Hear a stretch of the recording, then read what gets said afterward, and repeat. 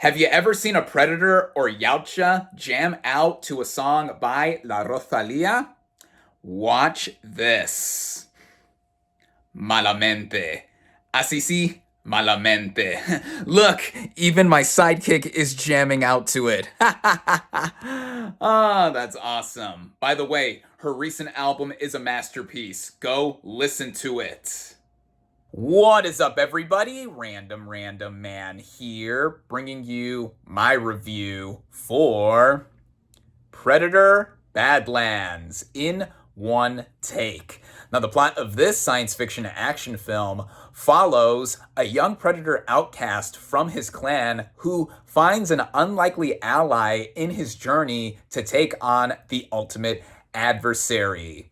Going into this movie, I was quite looking forward to seeing it, as this film's director, Dan Trachtenberg, has given the Predator franchise a bit of a resurgence in the last few years between this and the last two films in the series. Prior to doing the Predator franchise, though, I have to note that he did 2016's 10 Cloverfield Lane, which is fantastic. Easily my favorite in the franchise, as it also stands on its own very, very well. But with Predator, he did 2022's Prey, which I loved as well. And I thought it was a shame that it went straight to Hulu, but luckily it got a 4K and Blu-ray release with this cool steelbook that I have here. I thought that was easily the best Predator film since the first film.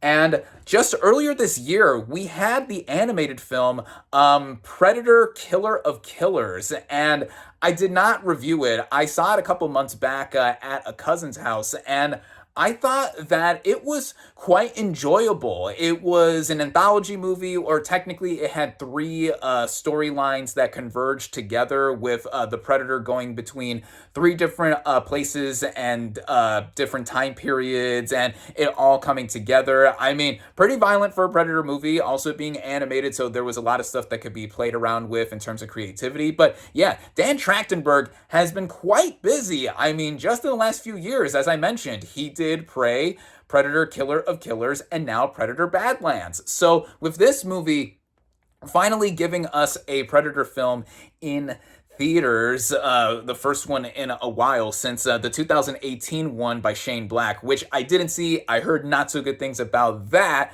But in any sense, with this movie also basically pulling a Terminator 2, in that the antagonist of a prior movie or prior stuff in the franchise is now a protagonist for this latest entry. And you know, what a coincidence. They both star Arnold the Governor, or at least he originated these two franchises. And with all of that being said, starting out with the cast and their performances, we have the main Predator himself, Deck, played by, I apologize if I butchered this name, Demetrius Schuster-Koloamatangi. Again, I apologize if I mispronounced that. Now, he plays basically the runt of his clan, and we see that early on when he is fighting his brother, and he also is not so getting approved of by his dad, and the actor who plays Deck here also does the motion capture for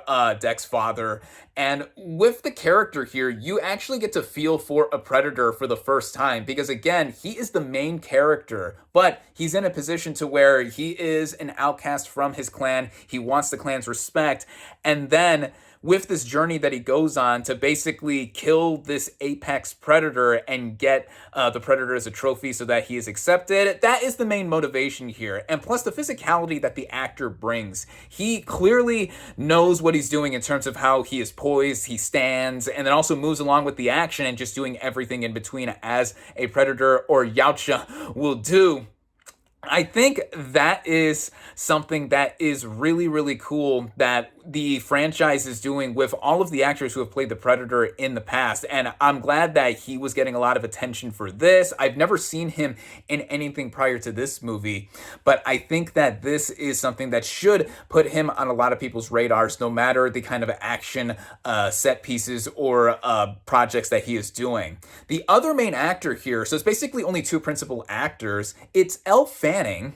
She plays this Weyland-Yutani synthetic named Thea. And if that name sounds familiar, Weyland-Yutani, that is the same Weyland-Yutani from the Alien franchise. So it looks like we're eventually going to get both of these sci-fi franchises merged together more properly than what we have seen with Alien vs. Predator before. But in any sense, Elle Fanning plays this synthetic who is missing her legs. You only see her from the torso up initially when Deck runs into her.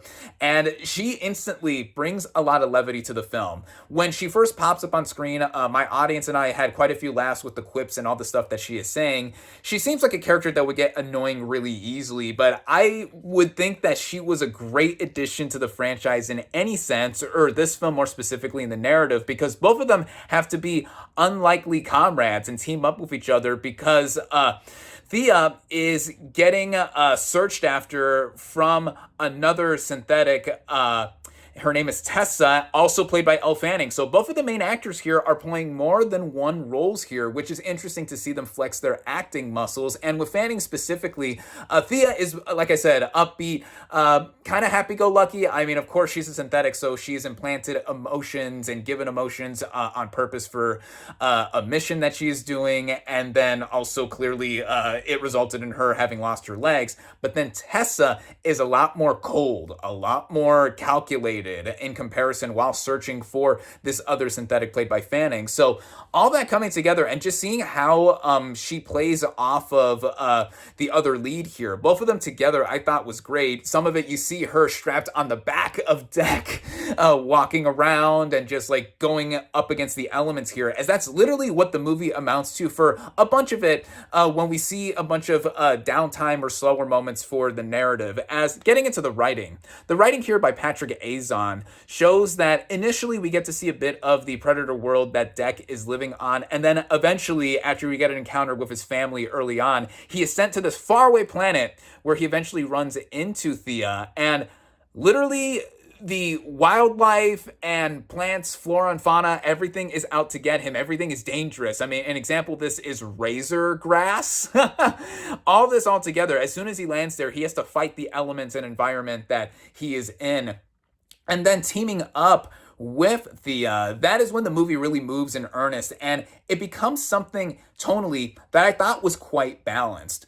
Other Predator movies are more serious, at least some of the more recent ones that I've seen and recall. I mean, the very first Predator movie, it's a cheesy movie from the 80s with action and all this other stuff in between. I mean, of course, Arnold the Governor in the lead role. How can you not see all of that? But in any sense, with Prey, in comparison to Prey from a few years ago, that was pretty stripped back and a lot more serious in seeing how the lead of that movie was trying to take on the Predator herself. Here, we have the Predator as the main character again, but then also we see how this movie blends comedy and just situational moments that I thought that, again, like I mentioned earlier, once Elle Fanning's character is introduced, it got a bunch of laughs and chuckles from my audience here. I mean, this movie is not one without a sense of humor, but in a fitting way, because it's not ha-ha funny or a straight-up comedy, but I think it adds enough to keep the movie moving and just having this flow about it that makes it pretty entertaining consistently as well, too. I mean, we get to see this Predator team up with this synthetic, and then eventually this little monkey-looking thing to round out this trio here as they are going on this journey, as Deck specifically has to go ahead and take out or kill this bigger predator on this planet so that he is accepted into his tribe or clan. And then also the Weyland-Yutani people are after them because of Thea being searched after too. So yeah, all that coming together, I mean, it's enough having seen here, or at least from what I recall, enough is being done here that has us engaged with the storyline, and in between, we are treated to some glorious action here. It is viciously violent, and the movie is rated PG-13. This is the 9th entry in the Predator franchise, and do not let the fact that this movie is not rated R steer you away, because this movie has a lot of the hallmarks and a lot of the really grueling kind of imagery that we see. I mean, we see heads get chopped off, limbs get chopped off, people getting stabbed. I mean, the reason it's PG-13 is because not everything is too realistic. There are no humans in this movie. I mean, it's just the Predator himself with a bunch of the synthetics and the wildlife around this planet. And when he bleeds, the Predator bleeds green neon-looking blood, and other beings here bleed like orange. So as long as it's not red or realistic looking like humans and it's not gory, then it's okay, I guess, to warrant a PG-13 rating. As I saw a bunch of younger kids in the same auditorium as me. I saw a dad on my right with his maybe younger than preteen son. So I was like, yeah, if you can handle like comic book and superhero action movies, which are debatably more violent than these kinds of films with explosions and all this other fantasy violence happening, I mean, this is not going to be anything too different here, at least with what I can tell from Predator Badlands. And yeah, all of it is staged really well. The choreography, the action mixing in with the visual effects here, all of that coming together, I thought was well done. And the directing by Dan Trachtenberg, it goes with the action. It goes with how the narrative is flowing. And we see how everything is coming together in a quite simple story, but it's easy for anyone to grasp onto. And if this was anyone's first Predator movie, again, leading into how this is something that is able to be watched by a younger audience, then this is something that is a great entry point for the series because of all that comes in between. And the movie is also surprisingly sincere at points because of what we see in the perspectives of both Deck and Thea as to what they are going through and how they come together and are trying to, scope out this whole situation. Now, I will say in terms of the writing having a sense of predictability, there is an element between both synthetic characters played by Elle Fanning that I easily saw coming. It's not a twist, it's more a reveal or revelation that I was like, okay, I kind of saw this coming with these characters being involved here. And then at times I would say visually, the movie had a tendency to look artificial, but it's mostly with how I noticed that there were screens being used in the background, whether characters are walking or in motion. And also, like, even at one point, a character jumps out of a moving vehicle, and it's pretty clear that in front of characters as they're looking on, it's an artificial screen of some sort. And I'm like, okay, yeah, that shot wasn't convincing. But other than that, the movie does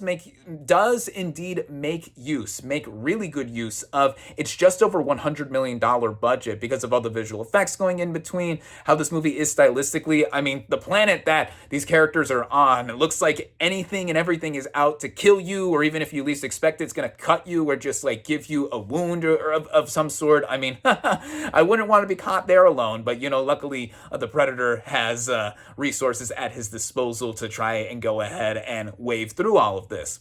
It all runs together at about an hour and 45 minutes. So this is a very easy watch, I think, and having it all cut together, flowing, pacing, everything like that in between, I think, simply put, this is a blast to watch. I had a ton of fun watching this movie. Now, how would I compare this to other Predator movies, or at least the ones most recently also by Trachtenberg?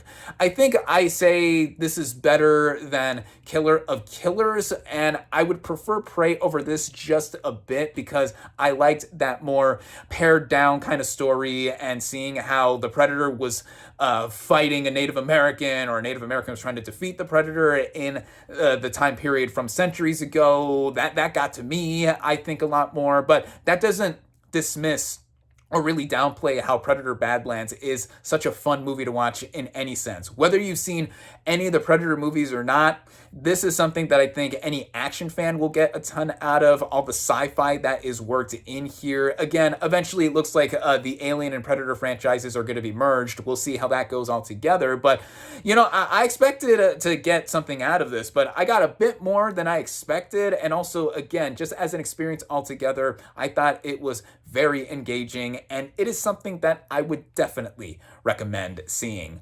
With all of that being said, my final verdict for Predator Badlands is 4 out of 5 stars.